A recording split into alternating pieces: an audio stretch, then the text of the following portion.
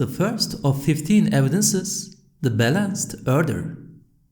The measured regularity and balanced order observed in all creatures testify to an all-encompassing knowledge.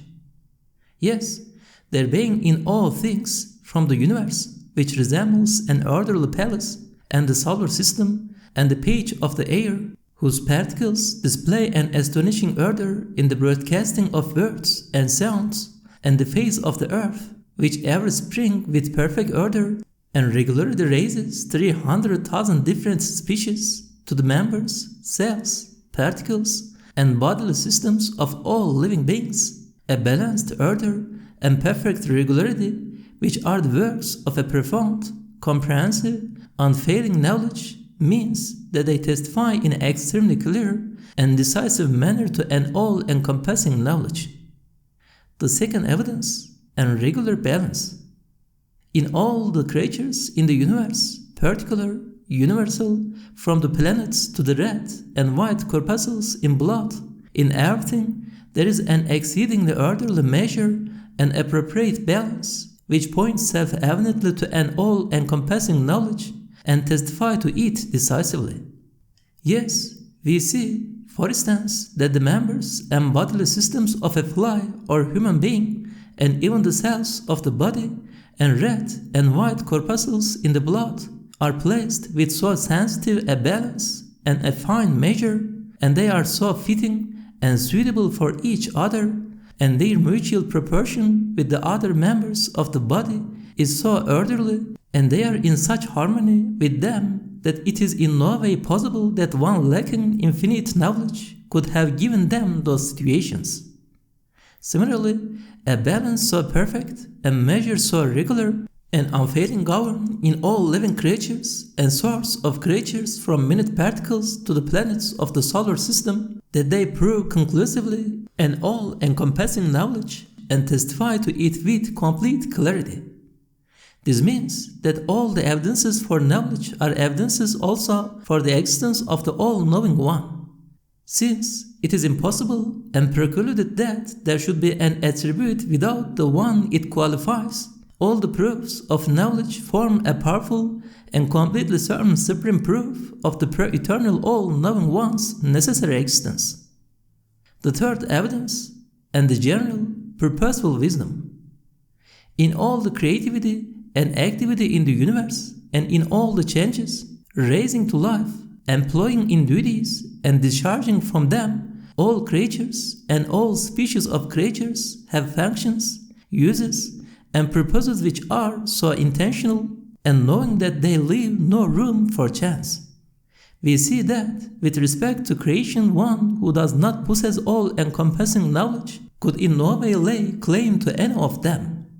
For example, although it is only a piece of flesh, together with its two main functions, the tongue, which is one of man's 100 members, man being only one of innumerable animate creatures, is the means to hundreds of instances of wisdom, results, fruits, and uses. Its functions of tasting foods, recognizing all their different savors, informing the body and the stomach, being an exacting inspector of the kitchens of divine mercy, and an accurate interpreter and telephone exchange for the heart, spirit, and mind in the function of speech, all point in most brilliant and decisive manner to all-encompassing knowledge.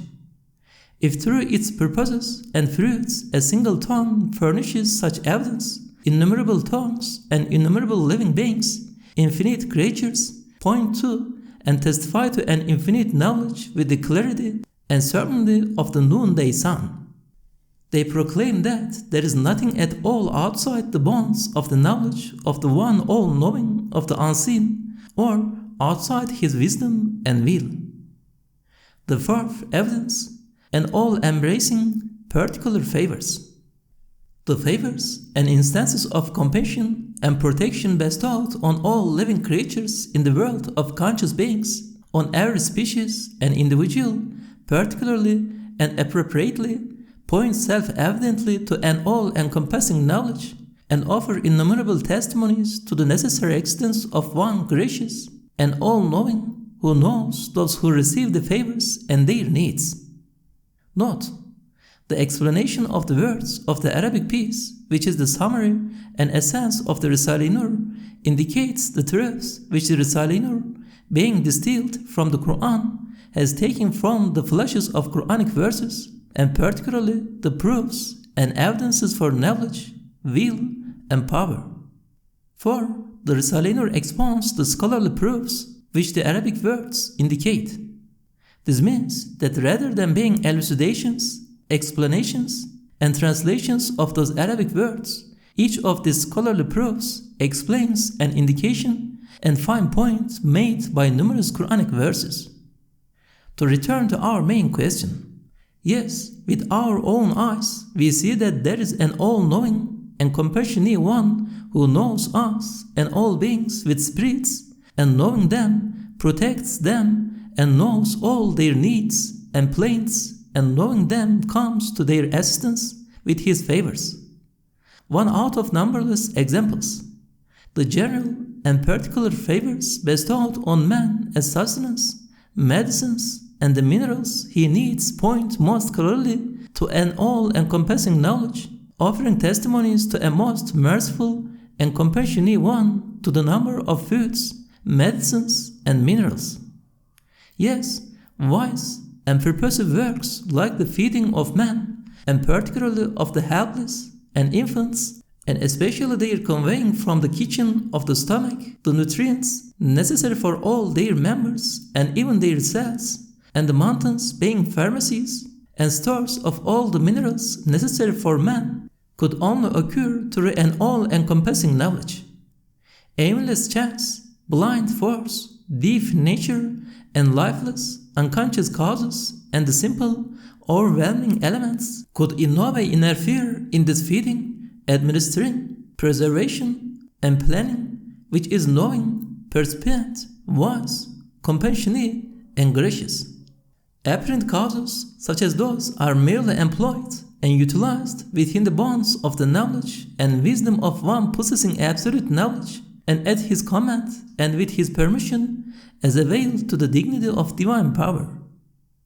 The fifth and sixth evidences, and the regular degrees and fruitful determining. The forms and proportions of all things, particularly plants, trees, animals, and man, have been cut out with skillful art according to the principles of divine degree and determining, which are two sources of pre-eternal knowledge, sewn in a way entirely appropriate to the stature of each, and clothed on them perfectly. Each is given most well-ordered, regular, and wise shapes. These singly and altogether point to an infinite knowledge and testify to their number to an all-knowing Maker. Yes, out of innumerable examples, we look at only a single tree and a human individual, and we see that both outwardly and inwardly, the fruit-bearing tree and multi-membered man have been delimited by unseen compasses and a subtle pen of knowledge, and that each of their members have been given perfectly ordered, fitting forms so that they may produce the required fruits and results and perform the duties of their natures. As for this, since it could occur only through infinite knowledge, they testify to the number of plants and animals, to the necessary existence and boundless knowledge of a maker and giver of form, an all-knowing determiner who knows the relationships of everything with everything else and keeps these in view, and knows the definition through the compasses and pen of the degree and determining of pre-eternal knowledge of the outsides and insides of their fellow men and fellow trees and their species and of their measured proportions and form, and they testify to the one who does this. The seventh and eighth evidences, and the specified appointed hour of death and fixed, regular sustenance.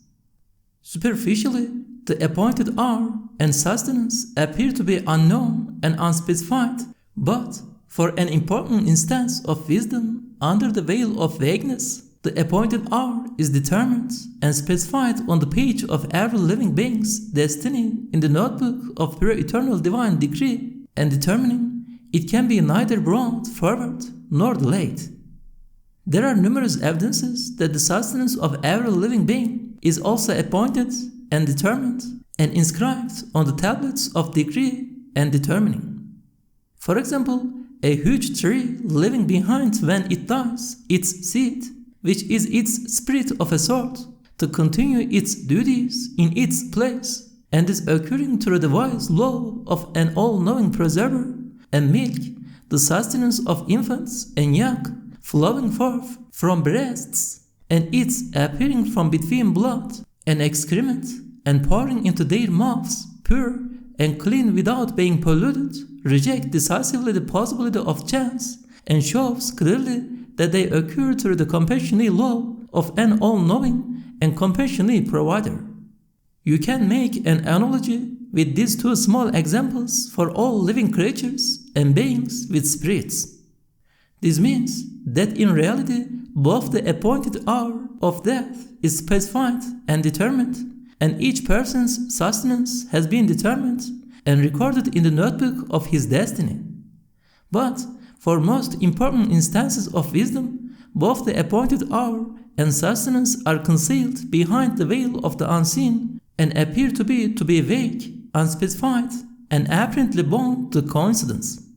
For if the appointed hour had been specified like the setting of the sun, the first half of life would be passed in absolute heedlessness and be lost by not working for the hereafter, and the second half would pass in ghastly terror, as though one was every day taking one more step towards the gallows of death, exacerbating the calamity of death 100-fold.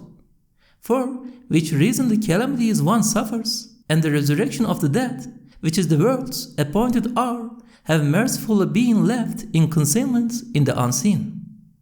As for sustenance, since after life itself it is the greatest treasury of bounties and the richest source of thanks and praise, and the most comprehensive mine of worship, supplication, and entreaty, it has apparently been left vague and shown to be tied to chance.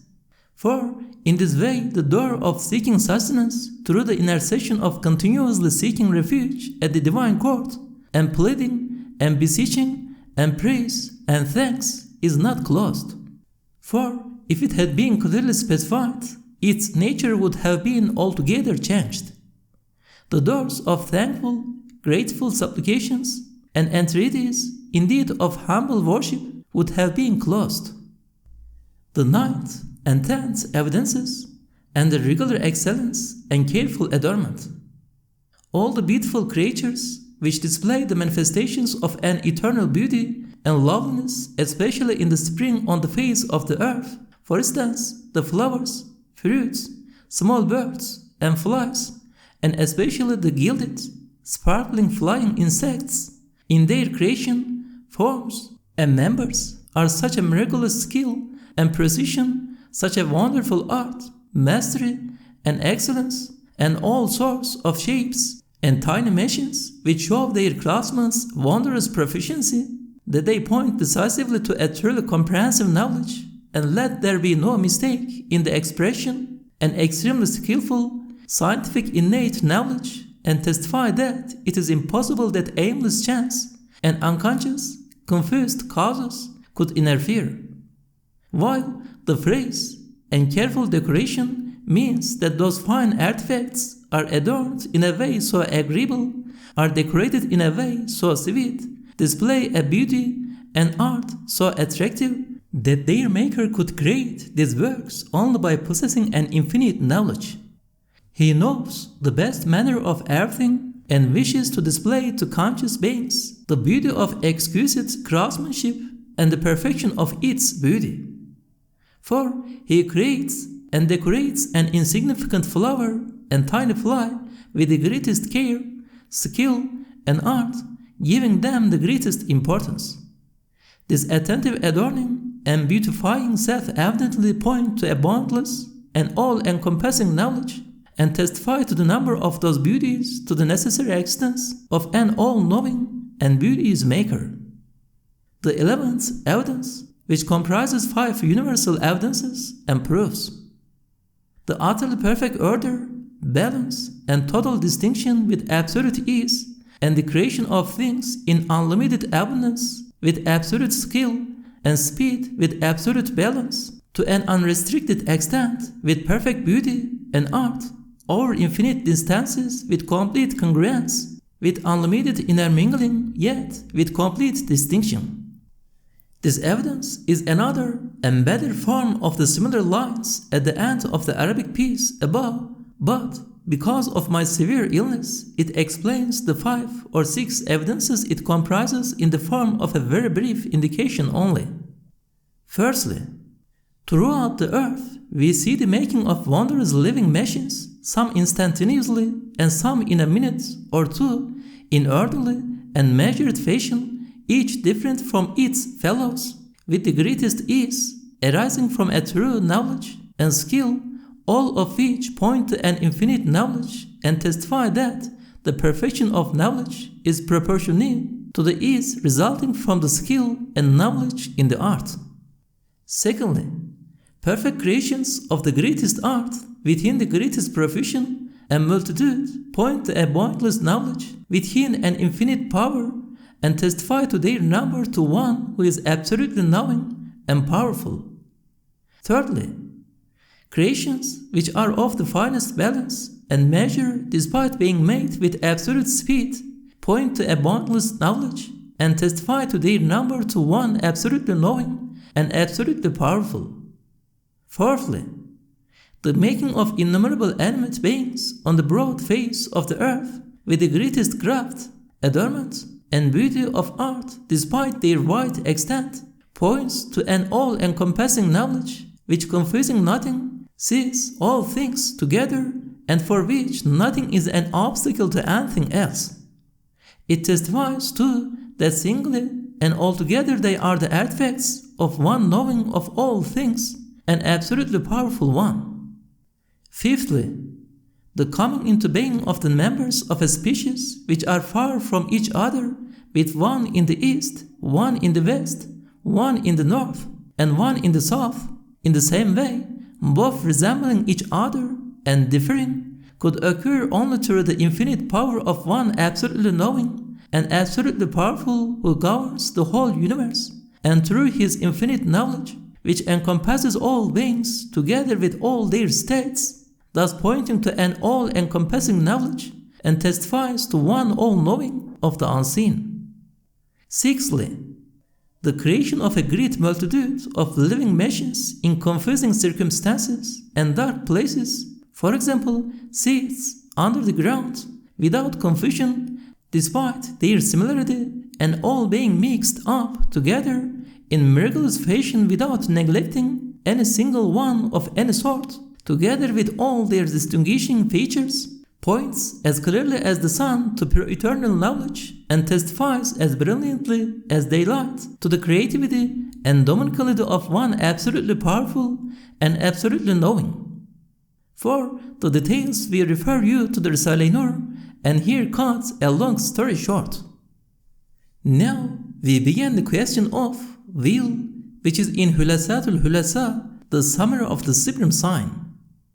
This piece consists of one long universal proof of divine will, which comprises many of the proofs of will. In a short translation of it, we set out evidence proving decisively divine will and choice and volition. All the above evidences for divine knowledge are also evidences for will. For the manifestations and works of knowledge and will are apparent together in all creatures. The meaning of the above Arabic piece in brief: everything exists through his will and volition. What he wills occurs, what he does not will does not occur. If he did not will it, nothing would occur. A proof is this: we see that among infinite, confused possibilities and various fruitless ways, amid intervening and mutually opposing elements, which flow like floods, causing chaos, in the midst of numerous others resembling themselves, which is the cause of disorder, every creature with its own specific essence, particular attributes, individual character, and distinctive form, is taken within a precise, perfect, regular order all its members and organs are weighed up with a sensitive, exact measure and balance, and attached to it, its mutually opposing members are created living and with extreme art from simple, lifeless matter. For example, a human being is created with 100 different organs from a droplet of fluid, and a bird is made with numerous different members and organs from a simple egg and clothed in a miraculous form, and a tree is drawn out of a tiny seed comprising simple, lifeless carbon, nitrogen, hydrogen, and oxygen, together with its branches and twigs and various members and parts, and dressed in an orderly, fruitful form. This self-evidently, indubitably, decisively, and necessarily proves that all those creatures, together with all their parts and particles, form, and nature, are given their particular perfect states through the will, choice, volition, and intention of one possessing absolute power. It proves, too, that everything is governed by an all-embracing will. These single creatures, pointing in this indubitable way to divine will, shows that all creatures offer testimony to their number with a certainty as clear as the sun at noon to divine will encompassing all things, and that they comprise numberless proofs of the necessary existence of an all-powerful possessor of will. All the evidences for divine knowledge mentioned above are also evidences for divine will, since both function together with power. One cannot be without the other. Just as all the correspondence and conformities between the members of species and source of beings indicate that their maker is one and the same, so their features being distinctive and different from each other in voice and purposive fashion indicates definitely that their single maker of unity acts with will and choice. He creates everything with will, choice, volition, and intention. This marks the end of my explanations of the Arabic piece's meaning, which sets forth one universal proof of divine will.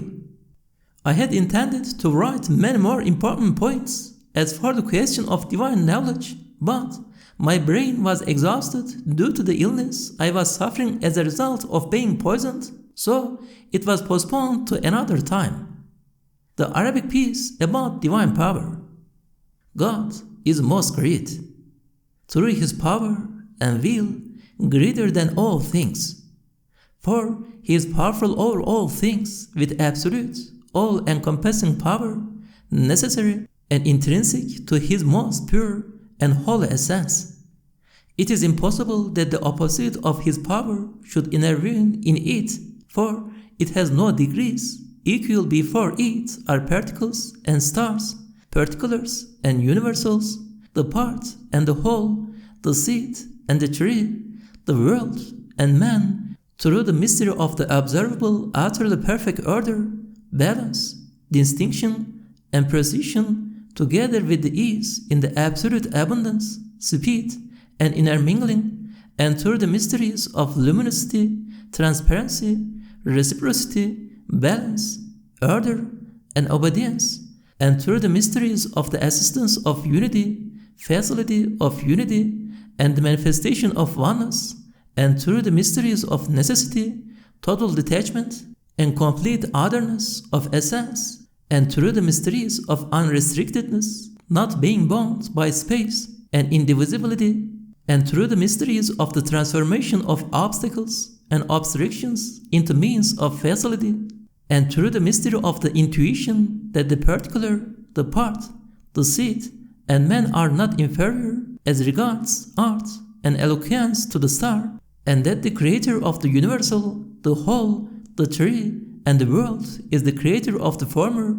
and through the mystery of the surroundings, and wholes inevitably being in the grasp of the creator of the things which are surrounded, and the parts, like the miniature inscribed beings similar to them, or milked, extracted droplets, for they and their likes are included in the former with the balance of his knowledge, or are milked from them in accordance with the principles of his wisdom, and through the mystery of a Qur'an of dignity inscribed with particles of ether on an atom or minutest particle, not being of less eloquence or wondrous art than a Qur'an of grandeur written with the ink of the stars and suns on the page of the heavens. Similarly, through their relation to the power of the universe's creator, the blooming rose not being of less eloquence and art than the star Venus, nor the ant being inferior to the elephant, nor the microbe inferior to the rhinoceros, nor is the bee inferior to the date palm. Moreover, the extreme ease and speed in the creation of things causes the people of misguidance to confuse formation with self-formation, which necessitates innumerable impossibilities and is a delusion, while it proves to the people of guidance that in relation to the power of the universe's creator, particles and the stars are equal. May his glory be exalted, for there is no God but he. God is most great. Before giving a translation of this Arabic piece from the point of view of the truly vast question of divine power and a brief meaning of it, I shall disclose a truth which was imparted to me. It was like this: the existence of divine power is more certain than the existence of the universe. Indeed, singly and altogether creatures are the embodied words of power. They demonstrate its existence with the vision of certainty. They testify to their number to the absolutely powerful one, the one qualified by it. There is no need to prove that power with further proofs. But because it is one of the most important bases of faith and one of the most substantial foundation stones of resurrection and a necessary means to understanding many questions of belief and Qur'anic truths, and because not everyone has found the way to it through the use of reason claimed by the verse, your creation and your resurrection is but as a single soul. Some people have remained bewildered and uncomprehending before power, and others have denied it. It is therefore necessary to prove an awesome truth concerning it. As for the above-mentioned basis, foundation, means, assertion, and truth, it is the meaning of the above verse. That is to say, man and jinn, the creation of all of you and your being raised to life at the resurrection is as easy for my power as the creation of a single individual. Divine power creates the spring as easily as it creates a single flower. For that power, there is no difference between particular and universal, small and large, many and few. It spins planets as easily as it spins particles. In 9 steps, the above Arabic passage expounds a most conclusive, cogent proof of this awesome question. Very briefly, its meaning is as follows. The basis of the steps is indicated by this. For he is powerful over all things with absolute, all-encompassing power, necessary and intrinsic to his most pure and holy essence. It is impossible that the opposite of his power should intervene in it, for it has no degrees. Equal before it are particles and stars, particulars and universals, the part and the whole, the seed and the tree, the world and man. That is, divine power is such that it is powerful over all things, encompasses all things, is essential to the necessarily existent one, and according to the logic, is necessary to him. It is impossible that it should be separated from him. There is no possibility that it could be. Since the most pure and holy essence possesses such necessary power, impotence, its opposite, could certainly in no way intervene in it. Impotence could not impinge on the all-powerful essence, since the existence of degrees in a thing occurs through the intervention of its opposite. For example, the degrees and levels of heat occur through the intervention of cold, and the degrees of beauty through the intervention of ugliness. Impotence, the opposite of this essential power, can in no way approach it. There is no possibility whatsoever that it could. There can be no degrees in that absolute power. Since there can be no degrees in it, stars and particles are equal to that power, and there are no differences for it between the part and the whole, or an individual and a species. The raising to life of a seed and a huge tree, and the universe and man and one individual and all beings with spirits at the resurrection of the dead is equal in relation to that power, and all are equally easy. There is no difference between great and small, many and few. Decisive witnesses to this truth are the perfect art, order, balance, distinction, and profusion that we see in the creation of things with absolute speed, absolute ease, and complete facility.